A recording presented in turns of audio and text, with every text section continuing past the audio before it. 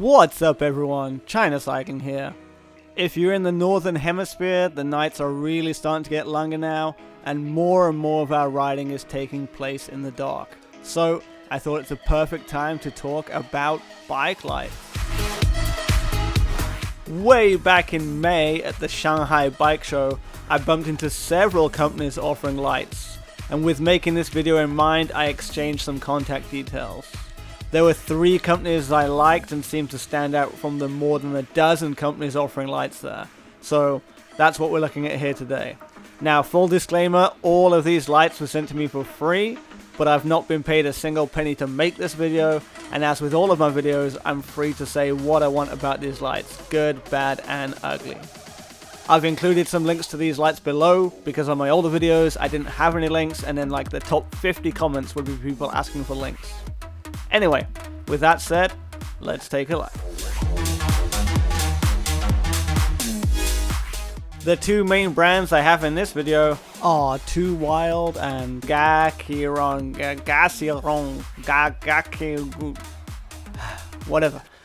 whatever they're called. Now these 2 brands are like the top end of Chinese manufacturers. It's not the generic super cheap Chinese eBay stuff. However, they're still a huge chunk cheaper than the big Western brands. Also, if you look at any of their lights and you think, hey, that light looks a lot like my $150 light from that big company, that's probably because they're the ones who made your light. Both of these companies do huge amounts of OEM work for the big Western brands. In this video, I quote prices. They're the retail prices. You can actually get these for a lot cheaper, like a third cheaper or so. I have a huge range here today. The cheapest is like $10 US, the most expensive is like $100 US, so I'm going to quickly walk through each one, talk about the advantages and the disadvantages, what you get for your money, and then you guys are smart people. You can make your own decision about which one you think is right for you. Let's start at the top. Let's start at the premium $100 Gaciron. So I'm not going to sit here and unbox every single one of these, or this will be a 3-hour video, but this one from Gaciron, I don't know how you pronounce it, Gaciron, but this one from Gaciron definitely wins the prize for the best packaging. This packaging is premium. So inside there we got this guy, and then this guy, we open him up, and wow, yeah, just super nice packaging. Hold him down to turn him on. Wow, that's bright. That's the lowest setting. So got strobe setting, lowest setting, number 2, number 3, and number 4. You can kind of see just how bright this thing is. So this one is kind of like Gaciron's flagship model. So 2 LEDs in the front that are both the same. And again, to show you how strong this is, it's making the black paper into white paper. Like the strength of this light is so crazy. This is just such overkill. Like, I'm underneath studio lights here, and this thing is just turning dark into light. This thing's crazy. Gaciron also sent me this not quite so crazy, more modest 400 lumen light. So again, operates the same as its bigger brother, just not quite as crazy. But still, as you can see, pretty bright. But yeah, 400 lumens, a lot smaller, a lot lighter, a lot more manageable. As you can see, just a single LED in this one. Gaciron also sent me this rear light. So yeah, we've got this rear light, and hold it down, and we've got blinky mode. We've got fully on mode. We've got small blinky mode. We got big blinky mode. One thing I will say about this is it only works with round seat posts. On my LA Sprint, I've got an aero seat post, and this is just not long enough to get all the way around. So I hope they bring out another version that comes with 2 straps maybe, one for regular seat posts, one for aero seat posts, side lights as well. But to charge this bad boy, what we do is unscrew from here, and then we have a micro USB charging port with the included cable too. Like I say, really cool light. I just wish it had another strap for aero seat posts. This is the cheap and cheerful one from Xiesheng, speaker bicycle light. Let's give it a quick whirl. Okay, so we've got these Nice flashing lights on the side. Battery indicator on the top. 300 lumens on this guy. Again, a singular LED giving you 300 lumens. So again, here we have the Gaciron with its 400 lumens and the cheap and cheerful Xiesheng with its 300 lumens. And yeah, there's not much in it. Again, you can have different beam patterns, so I'll check them out on the road later. One cool thing about this guy is his built-in light sensor. So if you imagine now it's daytime, we're outside, blah, blah, blah, and then all of a sudden, uh-oh, it's nighttime, da-da-da-da, and your light comes on. And I don't know if it adjusts to the level of darkness at all, but yeah, still that's pretty cool. You can just keep it on your bike, and then when it gets dark, it'll come on for you. So when they called this thing a speaker light, I was wondering what they meant. So this is the remote that comes with this, with the light, and what they mean by speaker is this. That's a pretty cool loud horn. And then obviously the other switch we can use to turn the light on and off. That's pretty cool. I like that. And Towild sent me a whole bunch of lights. They sent the kitchen sink. We got 600 lumens, we got 700 lumens, we got 1600 lumens, and we got 1800 lumens. So we got everything to try here.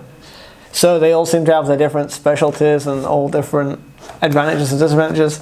This 600 lumen guy, he's obviously pretty cheap, and also he can be used as a torch. I'll show you that in a second. This 700 lumen guy, his party trick is he can be used as a power bank to charge your phone. This 1600 lumen guy is just good bang for your buck in terms of brightness for your money.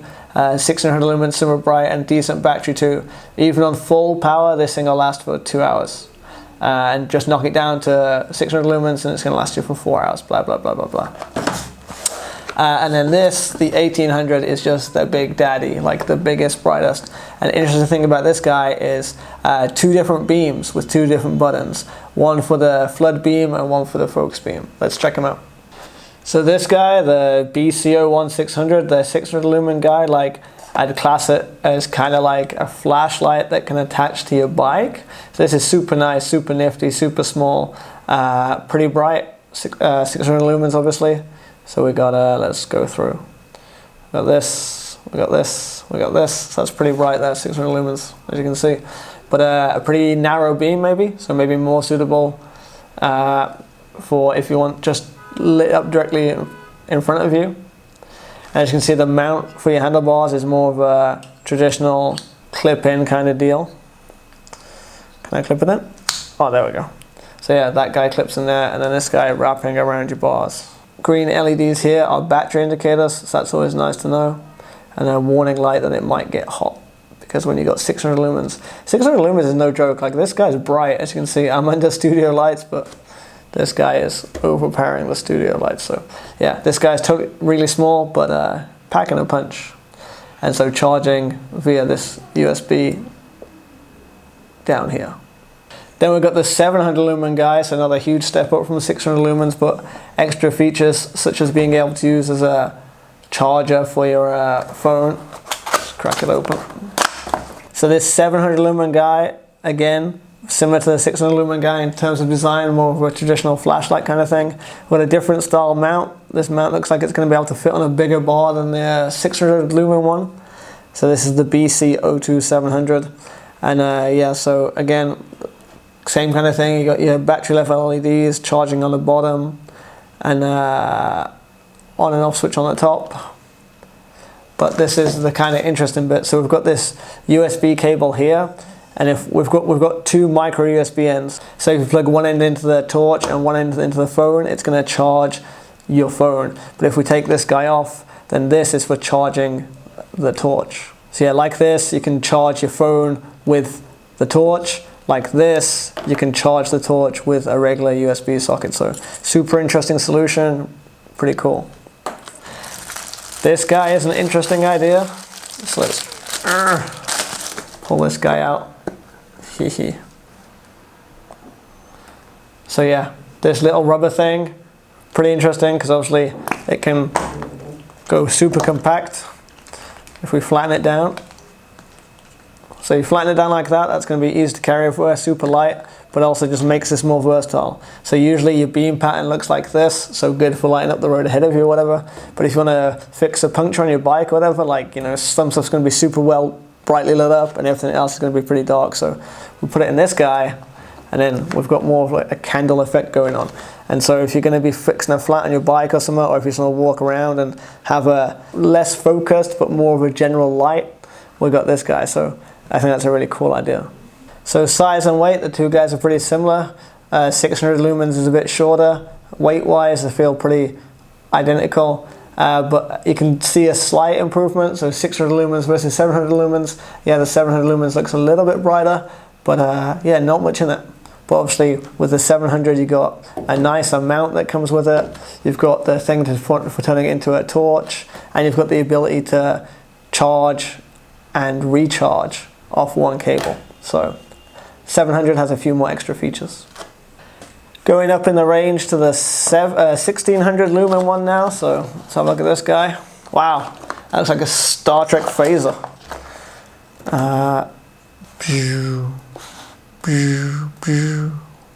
Wow, so yeah, you can see straight away we've got a much wider beam and then the focus beam in the middle. So that's pretty cool. And again, looks like 4 settings. So again, that's nice. As opposed to the other guys who are more like flashlights, this guy's got a flood beam and a focus beam. So it's got the flood beam and the focus beam, but it looks like it does that using just one LED and then just clever mirrors and lenses.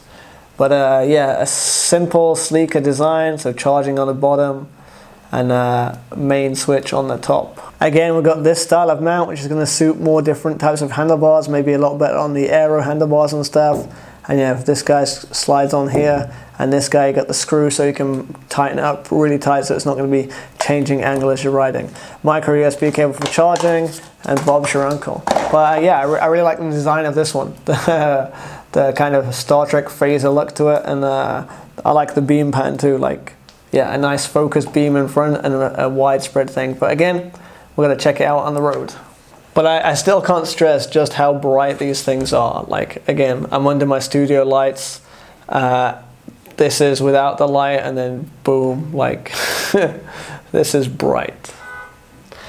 And let's check out the Towild Big Daddy. Look at this guy. So an hour and 30 minutes on full power, up to 14 hours on lower settings, 270 meter range. Let's check it out.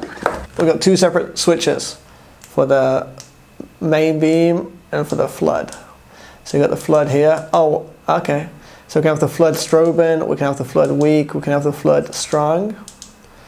Or the main beam, we can have the main beam weak, the main beam a bit stronger, or stronger still.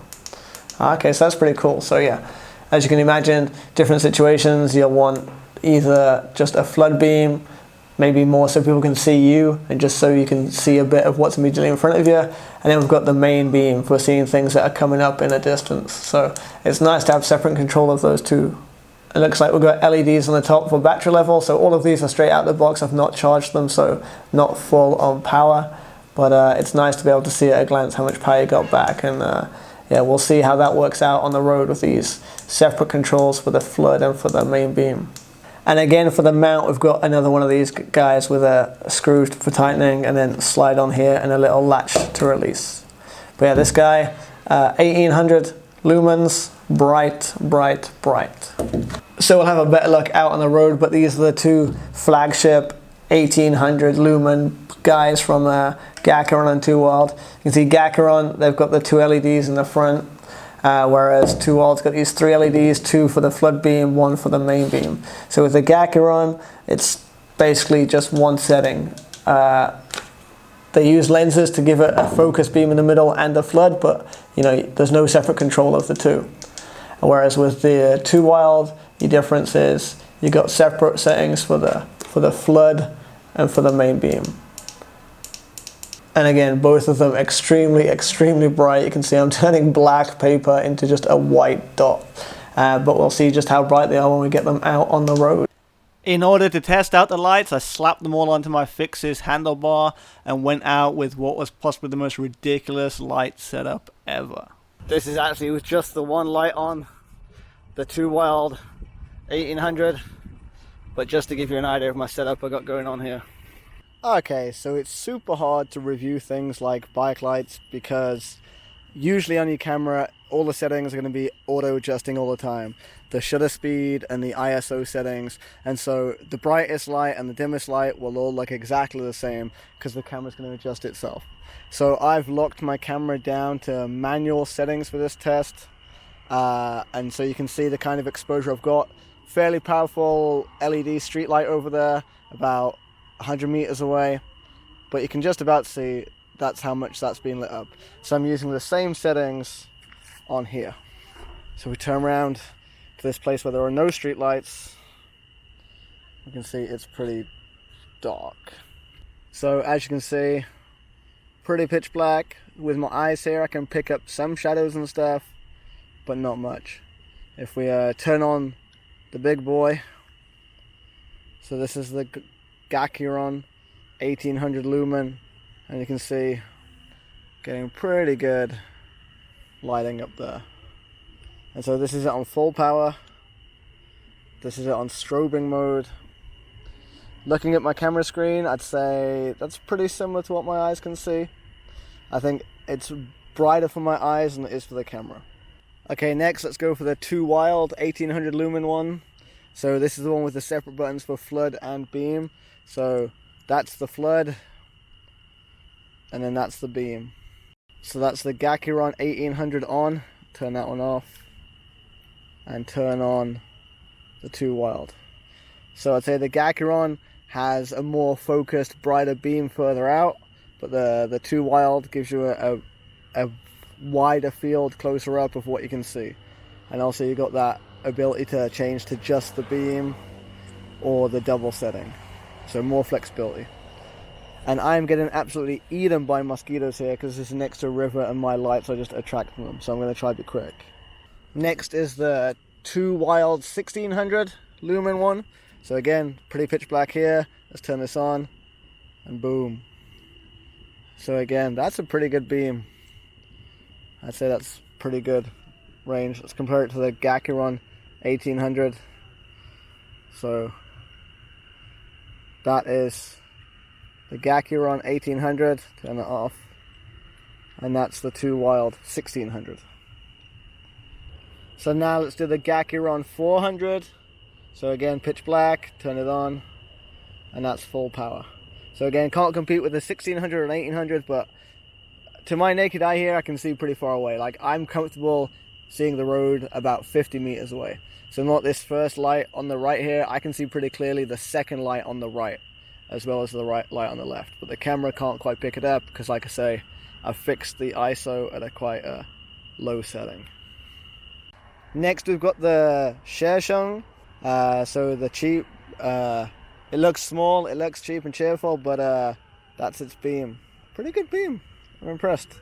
That's some, again, pretty similar to the Gaciron 400 in terms of range, I'd say.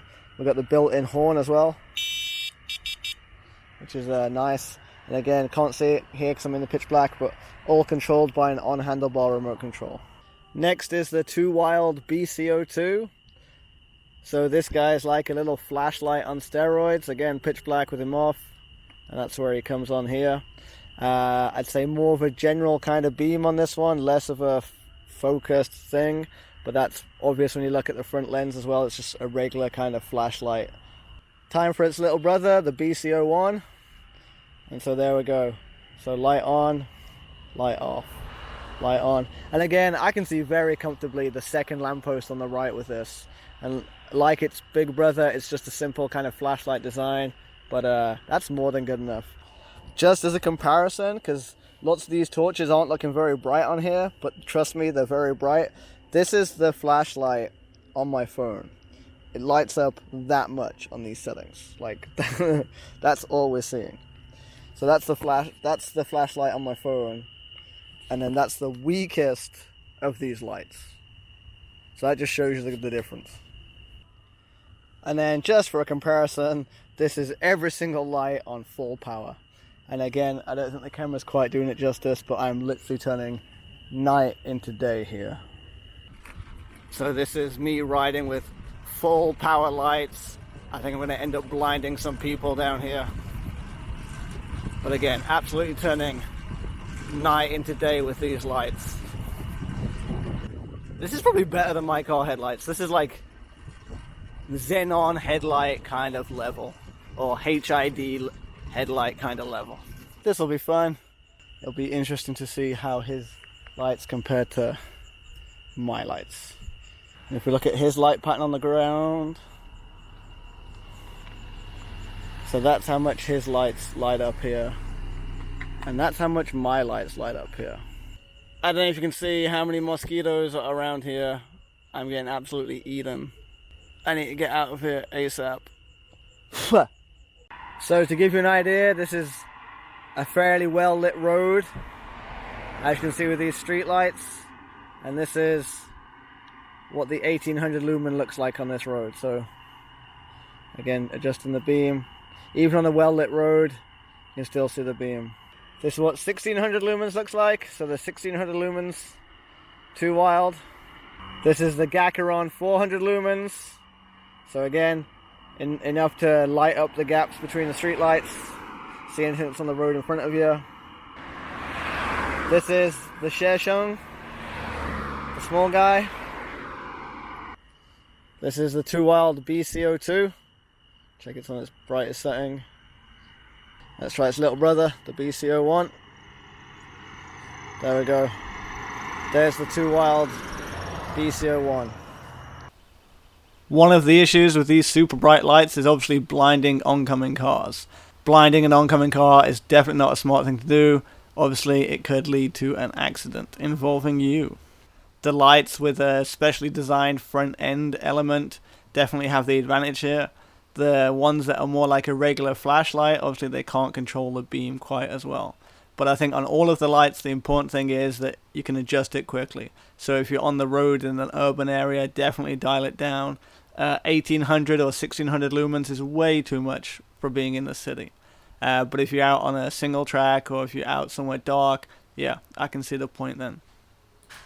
I don't have it at the best angle because of my water bottle being in the way, but this is what the rear strobe light looks like.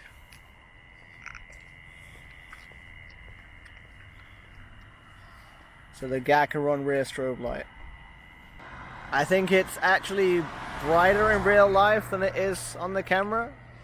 Maybe because the pulse is shorter than a single frame of the shutter on the camera. I'm not sure, but yeah, I think it looks brighter in real life.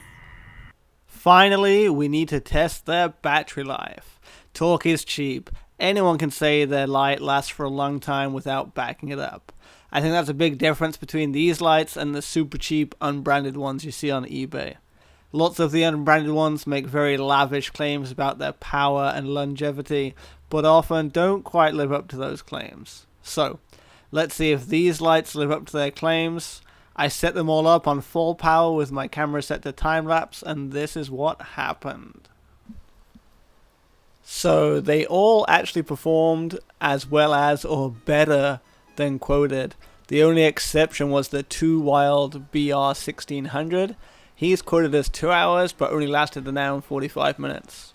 But after an hour and 45 minutes, he just went down to a dimmer setting.